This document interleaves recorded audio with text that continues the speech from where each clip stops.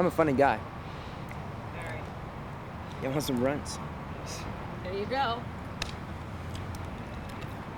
From his debut solo song, Like I Love You, to his most recent hit, Selfish, Justin Timberlake has made his mark in music history as a successful pop artist. It's actually almost hard to imagine a time where his solo career was just beginning. In this Much Vault episode, we're taking it back to 2002, where Justin shares what working with producing legends like the Neptunes, Pharrell Williams, and Timbaland is like. He also shares his insights on the changing faces of pop music, so let's have a look.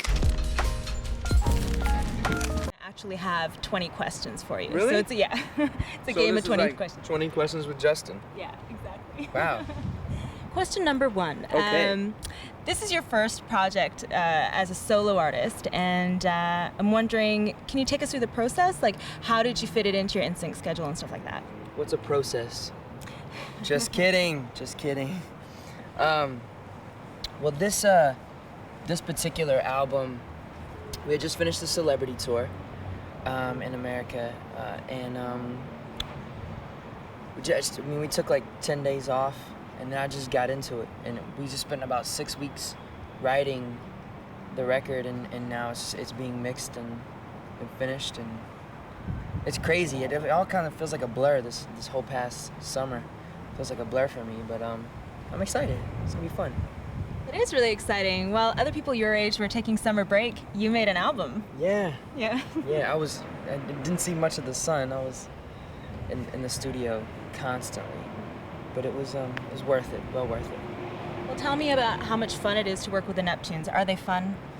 Yeah, they're fun. The Neptunes and Timberlake, they're both so much fun to work with, and it's the most creatively free that I've ever felt. Like I could just really say the things that I wanted to say and not have to worry about egos. They're so humble and just good guys. And Pharrell is a very close friend of mine, you know. It made sense for him to have such a big part in this record because he really understands me, not just as an artist, but as a person. Like he really understands the way I see the world. So I couldn't think of anybody better to help me interpret it into song. So you guys are friends then, and you work together as well. What's that like? It's cool. It's cool. It's like when you're friends with someone and, you know, there's no egos involved, there's things that you can say to them that you normally wouldn't say to somebody else, and that makes it that much more special to be in the studio with somebody like that, you know, because you don't have to hold back on the way that you feel. A lot of times, you know, when you first jump in the studio with somebody, you're worried you might say something that may offend them, and you don't have to worry about that with Pharrell. Like, he likes you to tell him straight up what you think and what you want to do, and I'm the same way. So if I'm doing something, if I write a lyric that he's like, I don't know, you know, we just bounce ideas off each other, and there's no egos. So then when you were shut in all summer and you guys are co-writing and working on this album, were there certain themes that kept coming back? Certain themes, you mean in the writing, in the songs? I don't know. I mean, musically, there's definitely a theme. The sonics of it, the way it sounds, there's definitely a theme.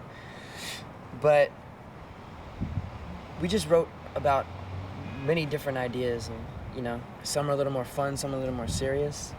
Some deal with heartbreak, some deal with, you know, just being in a club environment and wanting to speak to a girl. There's all different kinds of vibes on the record. Now you're a huge star, a pop star. Well, first of all, I wanted to ask you about pop sales are declining right now for some reason. For the past few years, it's been going in that direction. First of all, do you even consider yourself... I don't think pop sales are declining. No? I disagree with that statement.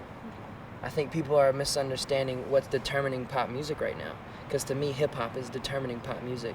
As far as I'm concerned, the last time I looked at the charts, Nelly and Eminem were still selling a lot of records. That's pop music. That's popular music. So pop sales aren't going down, it just has a different face right now. That's really interesting that you said that, because we spoke with Nelly recently and he said pop is opening the door for hip-hop. And I was wondering, I feel like hip-hop beat down the door, which I'm very proud to see somebody like Nelly, who's another friend of mine, succeed in such a big way. You know, he deserves it. And I think, you know, years ago, Nirvana determined what was pop. Pearl Jam determined what was pop because people wanted to listen to what they had to say. And now people are willing to listen to what Nelly has to say. You know, I think he just came in, you know, like a ton of bricks. I think hip hop is definitely determining what popular music is, though. Definitely. So then, is there a definition of pop anymore? What's your definition of pop? My definition of pop has always been the same thing, and that's why I wrote that song. That's why I wrote pop. Because pop is always going to be around. Pop sales are never going to decline. The face of pop always changes. That's the beauty of music, is it keeps evolving into something different, you know? And it comes back around, too. You know, Avril Lavigne is a new face of pop. And it's beautiful to see Nelly and Avril Lavigne and Eminem and the Vines and all these different people on the same channels and in the same radio stations, and it's cool. You have to love that. We were talking about Nelly. I was wondering if the song that you collaborated on his album with, will that song be a single? I cannot answer that question. You have to ask Nelly. I don't know. Okay. I don't know. Well, then let's go the I other hope way. it is. I like it. I enjoy it. It's good. It's, well, clean. I don't know if it's clean. It's good fun. It's good fun. It doesn't always need to be clean. Yeah. Sometimes you gotta get a little dirty. Okay, let's work it the other way then. Nelly doing the remix for Girlfriend. I want to know about remixes in general. Why do you need a remix? Why can't that be the original of the song? Well, just to get, you know, in that particular case, the album had been out for 8 months, you know, and we just wanted something extra that had nothing to do with the album. We just came up with that idea. It was a test that went well. I mean, if it wouldn't have gone well, we wouldn't have used it. But it was just so hot when we got finished with it, we just had to use it. Do you think it's going to be something that you're going to do with your own album? Like release your songs and then do the remix? I don't know. We'll see. We'll see.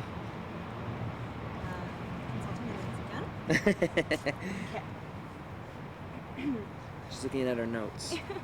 Now, looking at commercialism, why do you think when it comes to TV commercials, say, increasingly... You're asking all the good questions. I love this. Go ahead. Yeah?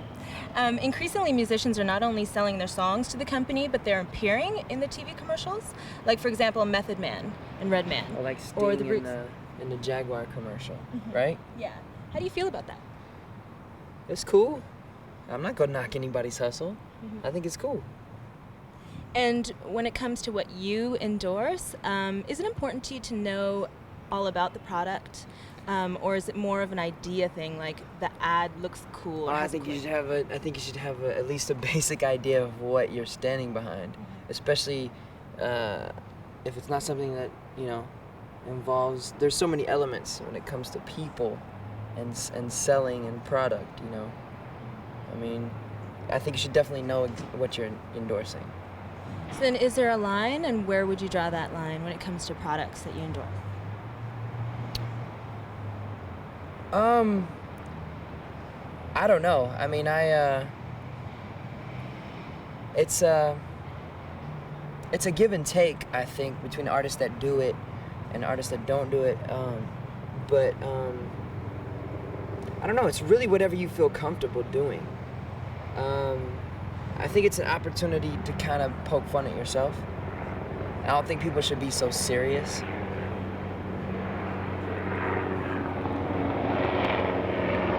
Distracted, anybody? What's happening?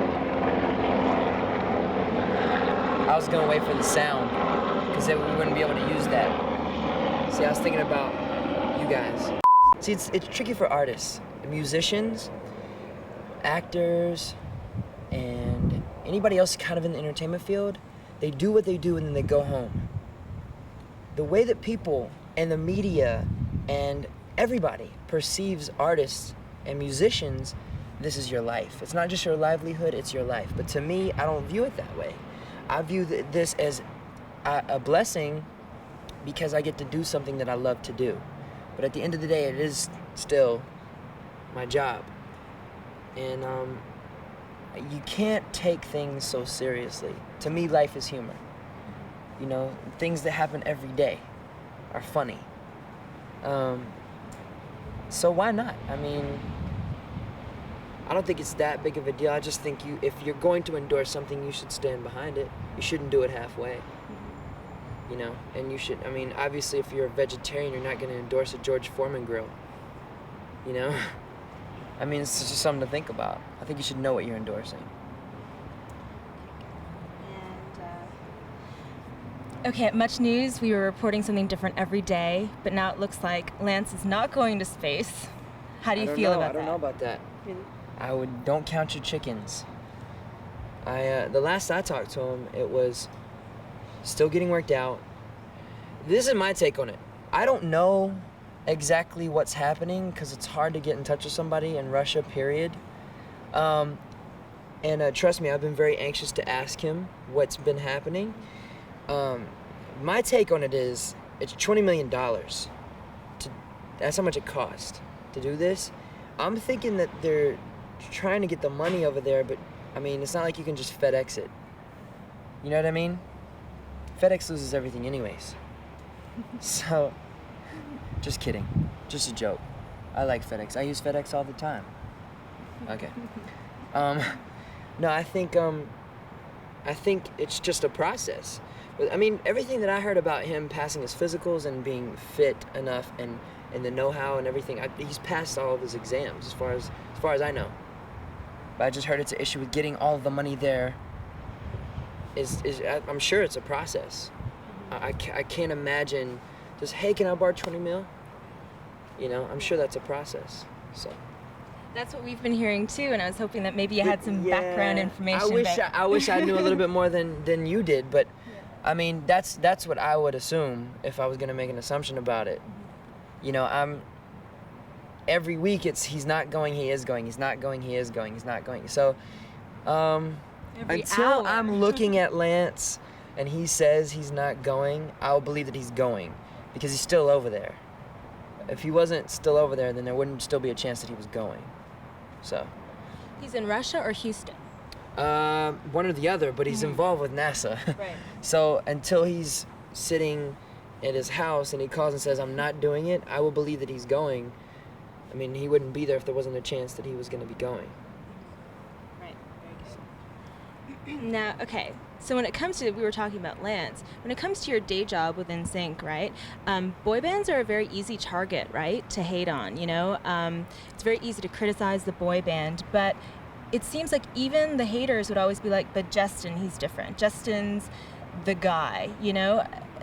Did you ever hear that, and did that ever make things hard? Was that hard to deal with? I don't know. Well, I think when we first came out, it was easy to hate on us because we were part of this new weird revolution of marketing as far as the press and the people were concerned. But I think as time passed and they realized that we were artists and that we did love what we did, and especially with the release of Celebrity, I feel like we kicked a lot of people in the ass, basically, who said we weren't gonna stick around, you know. I think especially with a song like Girlfriend and Gone, you know, we just kind of showed them that we are artists, you know, and so I don't really, that's a question that would have been a really good one, I think, maybe to answer a year or two ago, maybe even 2 years ago, 3 years ago, but right now I don't even feel that anymore. I mean, there was a time when you could feel it and it was kind of uneasy. I was kind of uneasy about it, but I don't really feel anything like any animosity towards boy bands, as everyone likes to call them, you know. But as far as anybody saying anything about me, I don't know. I've you know, I kind of stick to what I do, and if people have something positive to say, then that's great. But if they have something negative to say, then that's great too. It's not going to change anything that I do. So if somebody said something nice, then thanks. And if they didn't, then no thanks. Whatever. I mean, it's all the same, you know. So then, are you saying that you kind of don't really tune into what press is saying, what people say? You can't. Because then, like I said before, then you make it your life. When I go home, I don't want to read about myself. I'd rather read something that's going to enlighten me. You know, I'd rather read something that's going to help me write a song. You know, when I go home, I don't want to read about what somebody thought I was doing on Melrose when I bought some vintage t-shirt or whatever the hell they write. I don't know. That's not a big deal to me. It's not a big deal to me at all. And the way that you deal with that is you just don't read it. You just don't pay attention. And if you do end up getting in a moment where somebody shows something to you, then you just laugh at it. because it's not your life. It's what somebody thought your life is. No big deal. No big deal. It's all love in this crazy ass chair. Okay, now, this interview wouldn't be complete if I didn't ask you about girls, of course, because all the ladies want to know, right? They want to know what's up with you. I want to know about my status. I am single. I'm dating around. Is that fun? Yeah, it's different because I don't date. Like, it's really tricky. It's hard enough being spotted everywhere by yourself and people writing about it, but it's tricky to the whole dating thing is weird to me anyways. I just put that out there. The whole dating thing is weird. I really don't believe in it. This is my theory on dating. Let's talk about dating. It's my theory on dating. Dating is a job proposal. Now the first 6 to 7 weeks, maybe even a little longer than that, because girls are pretty good actresses. First couple months, we'll say 2 to 3 months, you meet the secretary. Secretary is always hot. Secretary looks great, acts fun, no drama, chill, right? Then, that moment you've been waiting for, we get to go in for the actual job proposal, you meet the boss. Boss is always a dick. Can I say that? Yeah. I can say that? Would you just bleep me out? Boss is always a dick. I think we can let you say that. Okay. The boss is always mean. And it, to me, I think dating is like this process of someone acting like somebody they think you would like. And to me, I would rather meet somebody and catch them on an occasion where they're just being themselves. And if we attract each other, then that's genuine, that's organic, and that's what a relationship I feel should start from. That's my whole take on dating. That's why I don't date that much. That's why every time I date, it ends up being this weird thing. When do you even have time? Exactly. When I get home, I'm thinking about taking a bath and going to sleep. Or you call it Pharrell to hang out. Exactly. Me and Pharrell go to the club and watch girls, but I never end up dating. Now let's talk about the new video, because we just got it in at Much, and we were playing it for the first day just yesterday. It was on a bunch. It's very MJ inspired, the dancing, huh? Very Mikey J. Yes and no. I think everything everyone does. I think Britney, I think, Cisco when he was out with the thong song. I think everything everybody did was MJ inspired. But everything MJ did was James Brown inspired. I think everybody has an influence. To me, what was special about the choreography of this video is it looks like something new. It looks like something a little bit different from anything you've seen before. And that's what I like about it. But it's a fun video. Did you see the girl in that video? She's hot. Shakara. What's up, Shakara? I know Shakara. I feel special because I know a model.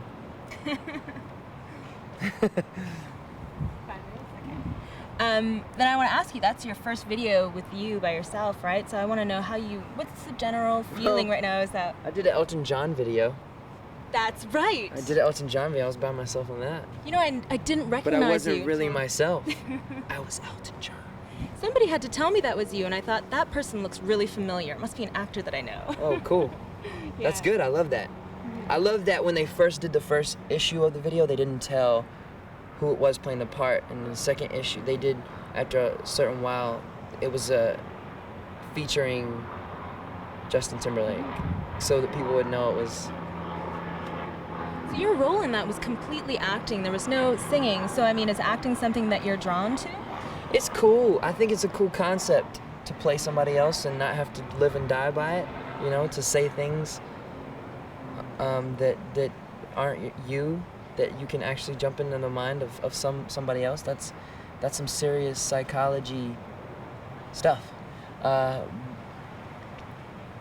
think it would have to be something that I believed in and felt emotionally attached to, and B, had the time to devote all of my attention to doing it, because that's something so new and fresh, and I'm so ignorant to it. Like I haven't had the experience of doing it that much, so it would be something I would want to learn about, you know? And my last question for you is just, what's your general feeling right now as you embark on this solo career? Oh, I'm excited. I'm getting a great reaction from the video, getting a great reaction from the song, and you know, I'm very proud of the music that I put together on this record, and I'm anxious. I want the world to hear it. I think this is a great opportunity for me because I love NSYNC. I love everything we've done, but even before NSYNC was NSYNC as people know it, I was myself. And I just feel like this is an opportunity for me to show the world the artist that I feel that I am. Did that make sense? Definitely. I don't even know what I just said, but I'm just kidding.